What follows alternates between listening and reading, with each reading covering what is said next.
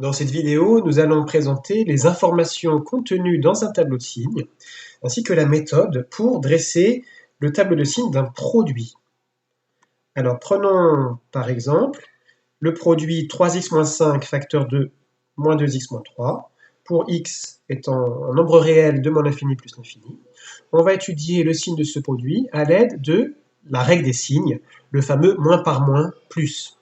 Si on connaît le signe du premier facteur et si on connaît le signe du deuxième facteur, en appliquant la règle des signes, on peut étudier facilement le signe du produit.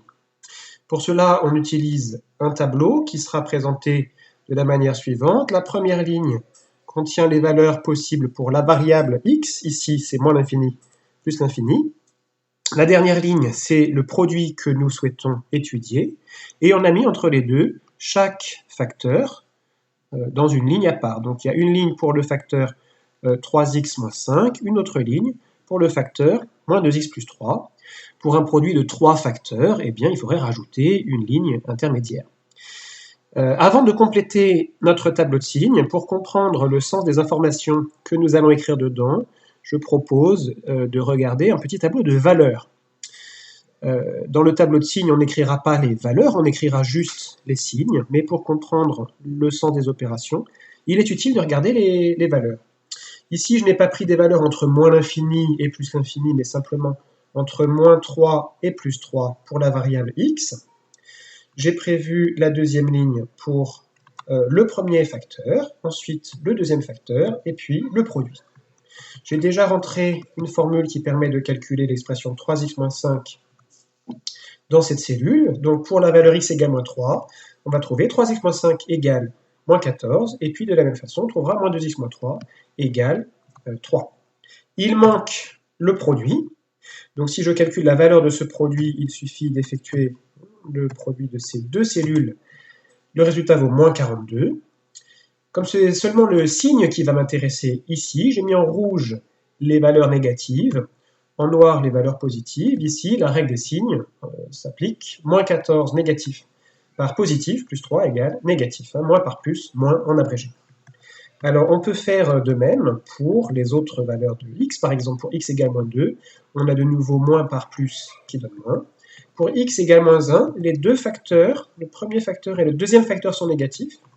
Donc, le produit est positif. Ce sera la même chose pour x égale 0, moins par moins plus. Pour x égale 1, on a encore du moins par moins plus. Et pour x égale 2, le premier facteur devient positif, le deuxième devient négatif. Donc, plus par moins, moins. Alors, plutôt que de le faire pour chaque valeur de x isolément, eh bien, on va observer ce qui se passe en ligne. Donc, pour le facteur 3x moins 5, on a d'abord des valeurs négatives, puis des valeurs positives. Pour le facteur moins 2x moins 3, on a d'abord des valeurs positives, puis des valeurs négatives, et puis la règle des signes nous a donné de quoi compléter la troisième ligne du tableau. On va observer que les deux cas que nous avons ici sont des cas assez généraux. Dès que nous aurons une valeur positive comme coefficient de x, on aura un tableau de signes de la forme du moins vers le plus, puisque la fonction affine correspondante sera une fonction croissante. Et puis dans le deuxième cas, on a le cas d'un réel négatif comme coefficient pour x. On aura toujours dans ce cas du plus vers le moins, puisque la fonction affine correspondante sera décroissante. Alors, il manque pour l'instant dans ce tableau de valeurs deux valeurs importantes, qui sont les valeurs frontières entre le positif et le négatif, à savoir quand est-ce qu'on va passer par la valeur 0, aussi bien pour le facteur 3x moins 5 que d'ailleurs pour le facteur moins 2x moins 3, il nous manque quelque chose. Donc en fait, on pourrait presque laisser la place de noter les valeurs manquantes dans deux colonnes qui seraient ici. Je vais insérer de nouveau une colonne ici. On se doute bien que, voilà, quelque part entre x égale moins 2 et x égale moins 1, eh bien l'expression moins 2x moins 3 va passer du positif au négatif. Et ce sera la même chose pour le premier facteur entre x égale 1 et x égale 2. Alors, pour présenter notre étude de signes, C'est en fait comme ça qu'on démarre. La première chose à faire, une fois qu'on a identifié les facteurs, une petite équation. Donc là, notre premier facteur, c'est 3x moins 5. On résout l'équation 3x moins 5 égale 0. Passer par la valeur 0, c'est la frontière entre le positif et le négatif. Donc l'équation est du premier degré. Elle se résout facilement en ajoutant 5 puis en divisant par 3. Donc on va trouver que 3x moins 5 est égal à 0 lorsque x est égal à 5 tiers. On va faire de même avec la deuxième équation pour le deuxième facteur. Le deuxième facteur, c'est moins 2x moins 3. Alors, moins 2x moins 3 s'annule lorsque moins 2x égale 3, c'est-à-dire x égale 3 divisé par moins 2.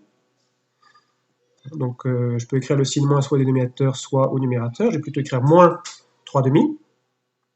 Donc, x égale moins 3 demi nous donne la solution de la deuxième équation. Deuxième facteur égale 0. Alors, pour dresser le tableau de signes de ce produit, c'est dans le tableau les informations que nous avons trouvées. Juste avant, je vais vérifier que en mettant x égale moins 3 demi, donc ici, moins 3 demi, alors c'est une valeur décimale, ça va faire moins 1,5, et puis x égale donc 5 tiers. Bon, 5 tiers n'est pas une valeur décimale, donc le tableur va afficher une valeur approchée. En faisant le copier-coller qui permet d'avoir les différentes valeurs, là j'ai le deuxième facteur qui s'annule. Et ici, j'ai bien le premier facteur qui s'annule. Donc ce sont les informations que nous allons reporter dans le tableau de signes. Finalement, peu importe la valeur de x, du moment qu'elle est inférieure à moins 1,5, eh bien, le premier facteur sera négatif et le deuxième facteur sera positif. Entre moins 1,5, donc moins 3 demi, et 5 tiers, qu'on ait moins 1, 0 ou 1, peu importe, ça ne change pas les signes de chaque facteur, et donc ça ne change pas le signe du produit, et la même chose pour les valeurs de x supérieures à 5 tiers. Donc la première chose à faire pour compléter notre tableau de signes, une fois que nous avons déterminé que les valeurs 5 tiers et moins 3 demi sont celles qui annulent les facteurs, eh bien c'est de reporter ces deux valeurs dans la ligne pour x. Donc il faut bien les reporter dans l'ordre croissant, donc attention, la plus petite de ces deux valeurs c'est moins 3 demi, et la deuxième, qui est donc la plus grande des deux valeurs, c'est 5 tiers, que je place dans la ligne pour la variable x. L'habitude, quand on présente un tableau de valeurs, est de séparer avec des lignes verticales différentes cases dans le tableau, et de reporter ce qui correspond. Donc en dessous de 5 tiers, je vais pouvoir indiquer que 3x moins 5 est égal à 0. Donc ça s'indique simplement comme ça. Dans la ligne pour 3x moins 5, je vais indiquer 0. Et puis ici, en dessous de 3 demi, je vais indiquer que moins 2x moins 3 prend la valeur 0.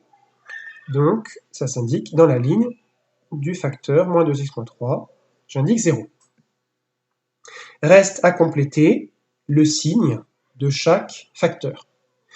Alors là, il faut porter attention au coefficient de x dans chaque facteur. Donc là, on va compléter la première ligne.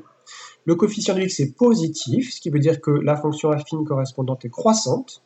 On ira du moins vers le plus. À droite du 0, on aura donc un signe plus.